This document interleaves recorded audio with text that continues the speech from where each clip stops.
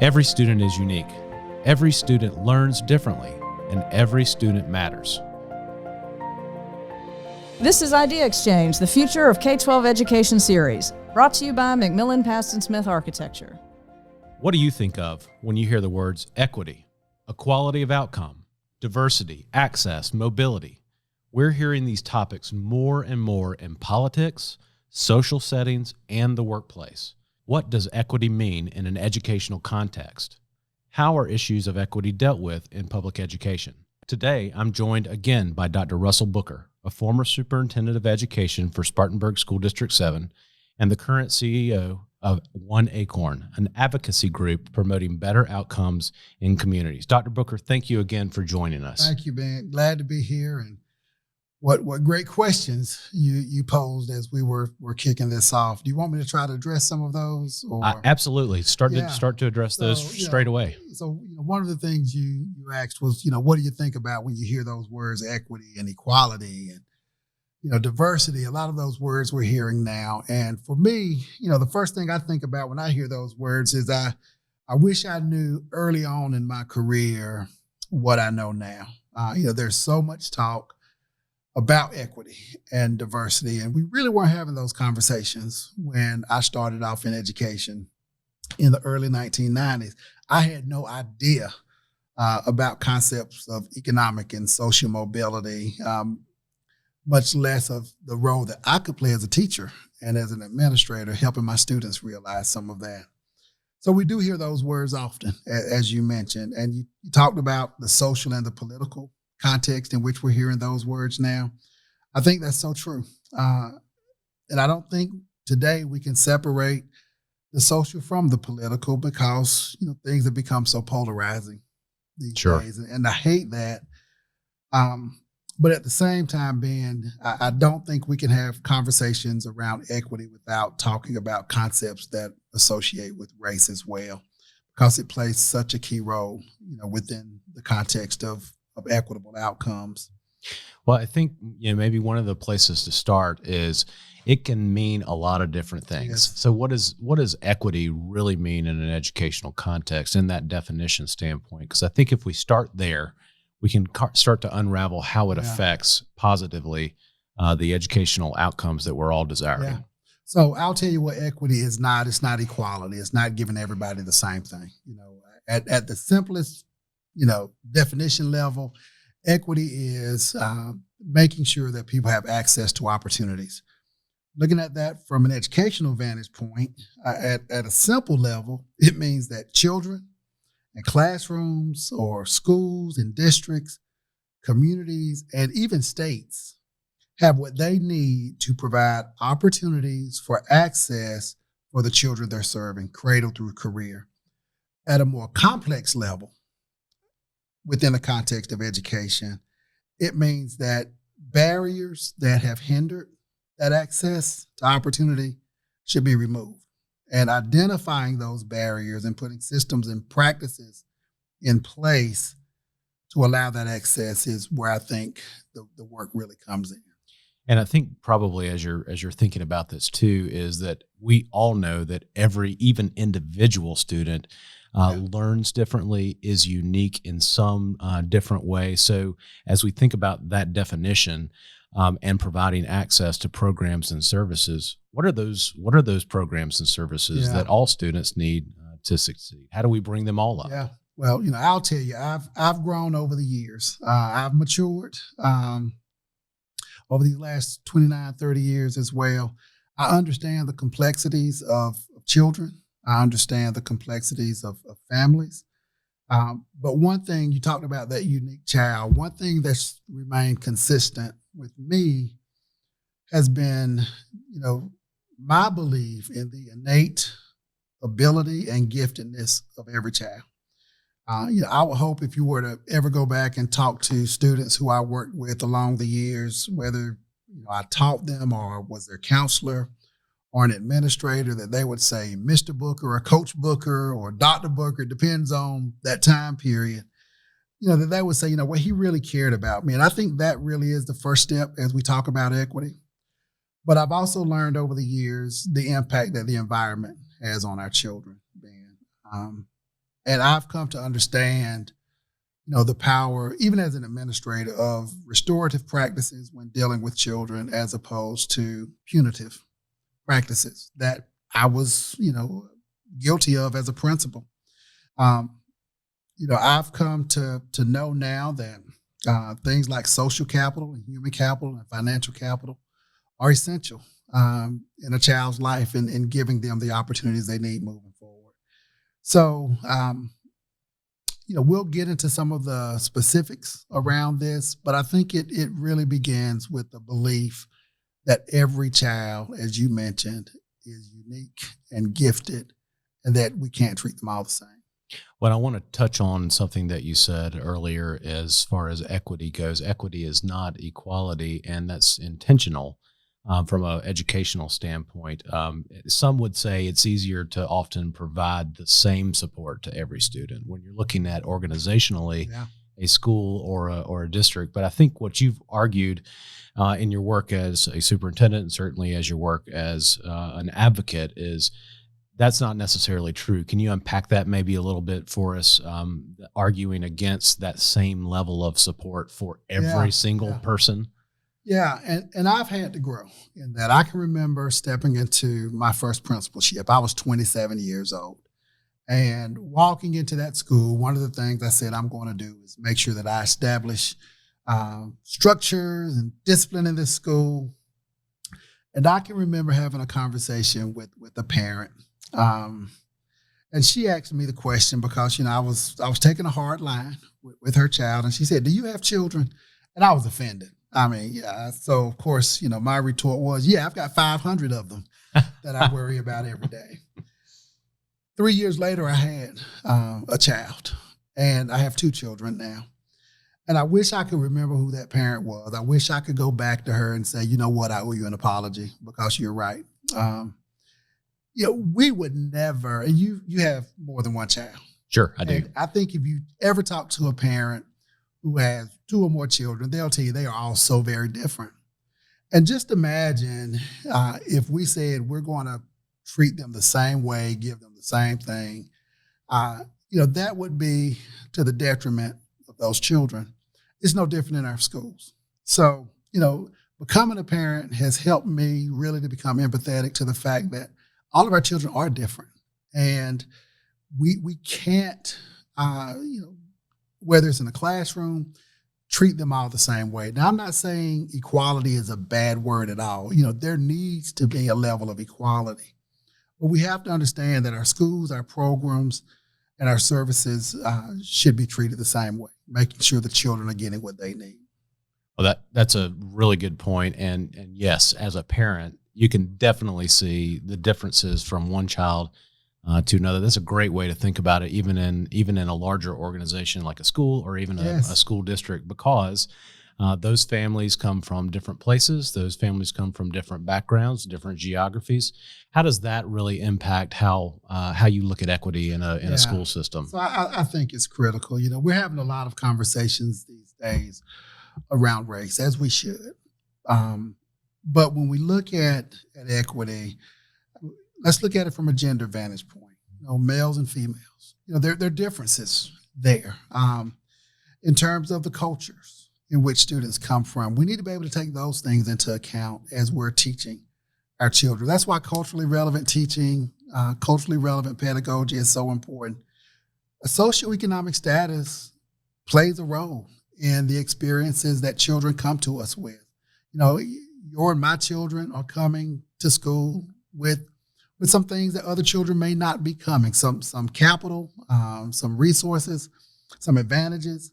The educational status of a parent plays a role. The zip code in which a child is born and lives plays a role. So we have to look at all of those factors and take those into account as we're making district level decisions, state level decisions, classroom level decisions, and even at the student level with teachers.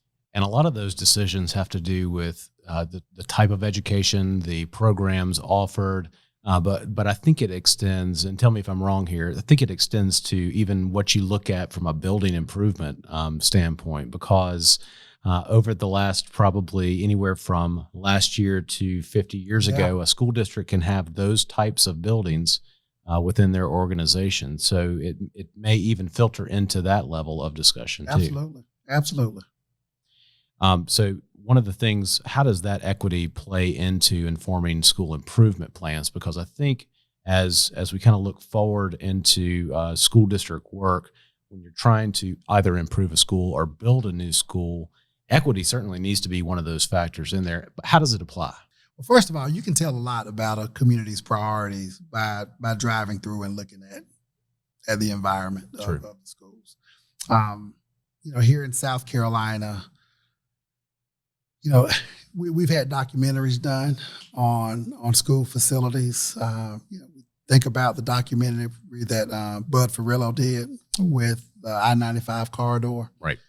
Those things tell a lot about our history and about our priorities. So it's so important to the schools. And I'm not just thinking about the aesthetics of a school and its campus. I'm also talking about, concepts that you're familiar with as an architect about environmental equity and environmental justice. We have a responsibility at the most basic level to ensure that our buildings are healthy. And as we think about the pandemic, we had a conversation some time back about COVID-19 and its impact on the buildings. But a lot of our schools are still struggling with simple things like air quality and ventilation, the lighting in a school, outdoor spaces and technology and infrastructure. So in the immediacy, I hope that with some things that are coming down the pipe, we can rectify some of those challenges that we faced in our schools and create equitable environments, again, at a most basic level. But my hope over the long haul is that every child will be able to walk into a facility that we would want to send our own children to. Sure. So you mentioned some of those, are persistent barriers, as something that is not maybe allowing either access to programs or services, or even if you expand it into what we've been talking about, the persistent barriers of improving schools, regardless of funding or any of the other issues and topics that revolve around that. What are some of those barriers that persist, and what are some of the ways that we can really think about and talk about those appropriately as we start to change our schools? Well, I think that's a complex question, because I believe the greatest barrier right now that we're facing, not just in our schools, but in our communities as we're talking about equity, is just a lack of understanding about the challenges we face and why these inequities persist. Even this conversation around equity has become a political football of sorts, and that's unfortunate. But I believe school boards, superintendents, principals, our teachers, as they become more aware of how we got here, as we really step back to start unpacking some of these systems that you hear us talking about, I think it will lead to more action. Now, I do believe COVID-19 has brought out and brought to light these disparities that we've been talking about for decades now. And the fact that it has been exacerbated in communities of color, it's no accident. You look at, 50% of the deaths right now. You look at life expectancy. I mean, you had a conversation with Dr. Jennifer Parker around ACEs and trauma and what it does, in a child's life. Those things have been brought on generationally. A lot of people like to say, well, times have changed. It's not that way anymore. And we really don't step back to really ask ourselves, what have the long-term effects been of some of these systems that we created. So I think the greatest barrier is a lack of understanding, a lack of knowledge. I think another barrier, language gets in the way, as we're talking about some tough issues. So I wish we could all take a moment to really spend some time educating ourselves, learning more about what got us here, what are some of these root causes. And then from there, I think we can commit to, more actions that are going to be sustaining. That's a great way to put it. Jennifer Parker said those same words in regards to mental health. That root cause is where you start. And if you can understand that root cause, then you can grow beyond what the cause is and the effect is, and really perform or give a solution that makes sense to that individual. And I think that's aspirationally a great thing to look forward to in any school or any improvement to school as well. Well, you think about it. I mean, even life expectancy for a child being born in, I'll just take Spartanburg. There are a couple of zip codes where life expectancy 67 years old, and a couple of red lights down the street is 85 years old. So we have to ask ourselves, why is that the case? And and more importantly, we need to go in and start trying to do some things to rectify that. You also have to ask yourself, from 2019 to 2020, life expectancy dropped for the first time in a number of years. For African American men, life expectancy dropped by a total of 3 years for a child being born. For Hispanic men, 2.7 years. For white men, it was, I think, 8 months. So we've all seen a decline in life expectancy. But again, we have to ask ourselves, why is it impacting some groups greater than others? And we can say, well, let's just treat everybody the same way. But there's some equity things that we have to look at.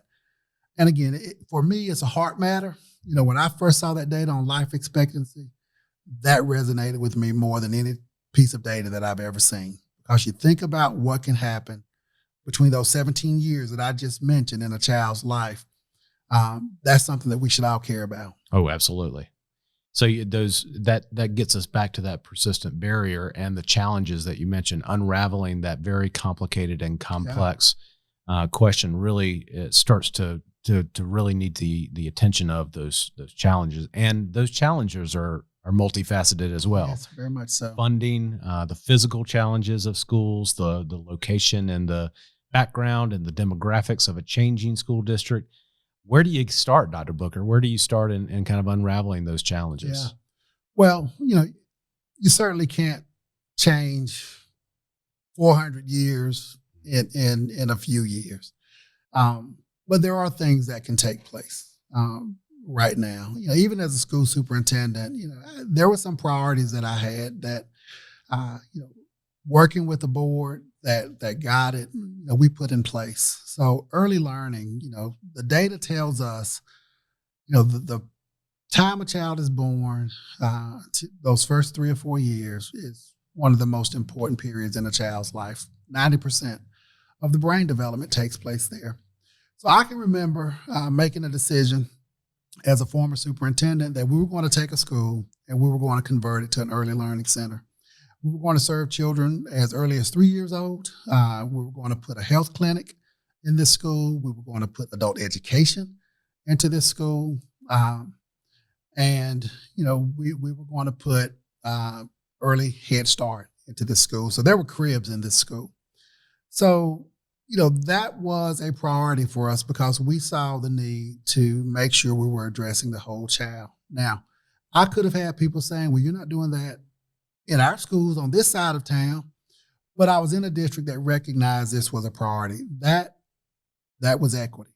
Technology, I can remember in 2013 when we said we're going digital. We did that because there was a need to advance our teaching pedagogy. But I did that because 60% of the students didn't have technology in their homes. And to me, that was a moral imperative. So, there are things that are taking place all across this state and across this nation where districts are doing equitable things. And we need to continue to do that. Some of them are easy to see, but there are other areas where we have to look deeper. And that's where we have to start. Right. And specifically around the building itself. I mean, I grew up in a 1960s, 70s school. When next door, my kids are now going to a 2010 school. So, there's a big difference between schools of a certain era versus today's schools, and how does and the funding that's attached to those and the communities that they serve, that's changing often too. How do you think of that as in your former role as a superintendent in providing the best solution for not equally, but equitably in each one of those sub communities within a larger, broader district. So it's a challenge for superintendents. I think about superintendents who have done referendums in past years. One of the things we always go to is, we've got to give something to everybody. If we don't, we're not going to pass this referendum. And I can understand that thinking. I think the best way to go about it is to have these conversations with the community, help them to understand why there are needs in this particular section of the community that may be different from this particular section. I'll give you an example. If on one side of town in Spartanburg, there is a brand new YMCA that was built, and it serves our community very well. Another side of town, in one of our communities where we're really trying to do some work, it's the north side. We were building a new wellness center, and there was a want in that community for an indoor pool. Because if you look at what the data tells you in terms of African Americans and our Latino students, the percent who know how to swim, the drownings, that was a major issue. And that was something I advocated for as a superintendent. But helping the community understand why that was a need on that side of town was a challenge at times. But thank goodness, we're in a community where people got it, and the center was built, and it's going to serve that community well.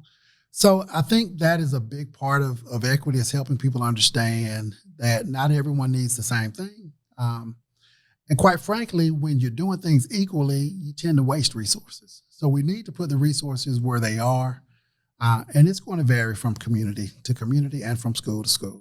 Sounds like communication is probably the key there. It's key. Communication and building understanding. Sure. And awareness. You mentioned the data point around kindergarten or childhood development centers too. I wonder, is there data about the graduate coming out of a high school now? Are they graduating with the skills broadly that a 21st century student would need for a 21st century workforce that's desired out there? And if not, where's the shortfall? Does equity play into that? It does. And, what I'll say to you is our schools are doing an excellent job. We look at where graduation rates are right now, the kind of teaching they're getting in school, where technology has taken us, doing an excellent job. But we can't ignore the fact that gaps still persist. And those gaps have widened as a result of COVID-19. So let's talk about the other side of the spectrum. We've talked about early learning. Educational attainment is key. We in Spartanburg have made that a priority. Right now, about 25% of our residents have a baccalaureate degree. And we know if we're going to have a vibrant community, we've got to raise that number. So with the work that I'm doing at the Spartanburg Academic Movement, we pay attention to those numbers. You can see the inequities in terms of the percentage of our population who are white, who have a baccalaureate degree, versus the percent who are Black. If you look at the percentage of our females who are going on to college versus our males, Black, white, Hispanic, there is a huge gap between females and males. So we need to put some interventions in place to go to our males. And again, race doesn't factor into all of this. We've got gaps in a number of areas to say, what can we do with our male students to help to make this more of a priority moving forward? So absolutely, the data tells us that that's an area of concern, an area we've got to continue to focus. 20,000 of our residents have some college. So now the questions we're asking ourselves, what can we put in place in order to, the ones who are close to an associate's degree or a baccalaureate degree, are there some things we can put in place to bring them back in and get them over the hump? Now, that's an equity thing. I hope people won't say, well, y'all didn't do that for me. Well, I didn't need that. So if we're going to have a strong, sustainable, vibrant community, we've got to put the resources and access in places where they're needed the most. So that would be a great example of, an equitable strategy. I mean, it just sounds like the way that you've described it is so centered on that individual, and really positive for bringing up all individuals regardless of background, to the attainment level and to their best talent. And I think that might be part of it as well. So we have a graphic that it shows two strategies. So with one of the strategies, you see the school, and then you see all these resources surrounding it. It's the church, it's your civic organizations, your government, nonprofits, so on and so forth. That's how we've tried to do things. We focused on the school, and we tried to put the resources in the school, which is great, but that isn't the model we're working for. With this model, the child is now put in the center, and the school and the government and businesses and faith and civic, all of those focuses, that's the ecosystem and the infrastructure, but the focus is on the child. And that's how you get equitable outcomes. We've got to shift the focus from schools to children. Right. And nothing says that better than the time we've spent together during COVID-19. Schools are definitely, and children are definitely center of that graphic. Yes. For sure. Dr. Booker, you mentioned the term economic mobility. Tell us a little bit more about that term, though. What unpack that just a little bit more for us. So I'm glad you asked that question, because really our end goal isn't so much equity. Equity is a means to realizing economic mobility. At a basic level, economic mobility is simply, one's ability to advance their economic status from one generation to the next. So I think about my own family. My grandparents did not have a high school education, but, my mother and my father did. They didn't have a college education, but their 3 children did. College is a foregone conclusion for my 2 boys. I mean, it's, the plans, everything was in place before we even started thinking about having children. And we've been able to advance economically over the years. Why this is so important for our schools is that there are 3 determinants that I often speak of that really factor into one's ability to progress. We talk about social capital. And for educational purposes, that's where schools come in. So we talk about social capital. We're talking about neighborhoods. We're talking about the schools that children go to, the impact that a teacher can have. We're talking about organizations that they may have been a part of, whether it was scouting or Jack and Jill or a number of those sports, the arts. So social capital is something that's critical. And you think about a child who has been raised in an environment where they don't have that social capital. Human capital is critical. Simple things like having health insurance makes a difference. Ironically, race is one of those human capitals because it's proven that it can be a barrier for some children. And then financial capital is that third one. And these are simple things like being able to save to withstand shocks, home ownership, and what that does to change the trajectory of one's life, entrepreneurship. So what we found during COVID-19, those of us who have positioned ourselves well enough to withstand the shocks of COVID-19, we're going to continue to progress. But I think about so many people who were making their way out of where they were and into a different level of economic mobility, and then COVID came, lost a job, and then all of that's wiped out. So this is what we're trying to get to. Where a child is born should not determine, in this country, where a child ends up. The sad truth is, in the South, South Carolina, North Carolina, a child born in the bottom 20th quintile only has about a 4.5 to 4.8% chance of even making it to the top 20th percentile. Wow. And that really isn't what we're looking for with the American dream. This is why we've got to create equitable standards for people. Not to say that anyone needs to be given anything, but they shouldn't have barriers to hinder them from moving up that ladder. One of the things I wanted to ask about too is that what is, in your view, that aspirational aim for public education today? I think one thing that you've talked about in previous talks that I've listened to is quoting one of the early superintendents for Spartanburg County at the time. His quote was, "Education is the guarantee of basic order, of industrial success, of morality and of civilization. It, meaning education, is the enemy of disorder, of poverty, of vice and crime. Is that still the aspirational aim of education today? So David Franklin Houston, our fourth superintendent, and I actually put that quote on a cornerstone at Drayton Mills Elementary School because I so believe in that. That was in the late 1880s. So in 1890, he built our first schools for public school purposes. He built Magnolia Street for our white students and the Dean Street School for the black students. So he built facilities specifically for schools. He was right then and he's right now. But we've got to finish that work. So I believe in that. Now, let me tell you this. So we also have to look at the positive and then say, okay, what were some of the challenges? If you look at the school that was built for our whites, Magnolia Street School, it was quite the edifice. Dean Street was a nice school, but it wasn't nearly what you saw with the Magnolia Street School. In 1922, we built our first high school, Evans High School.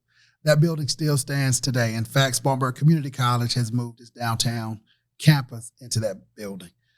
You look at the architecture and the innate brick and the terrazzo floors. I mean, that building will last forever.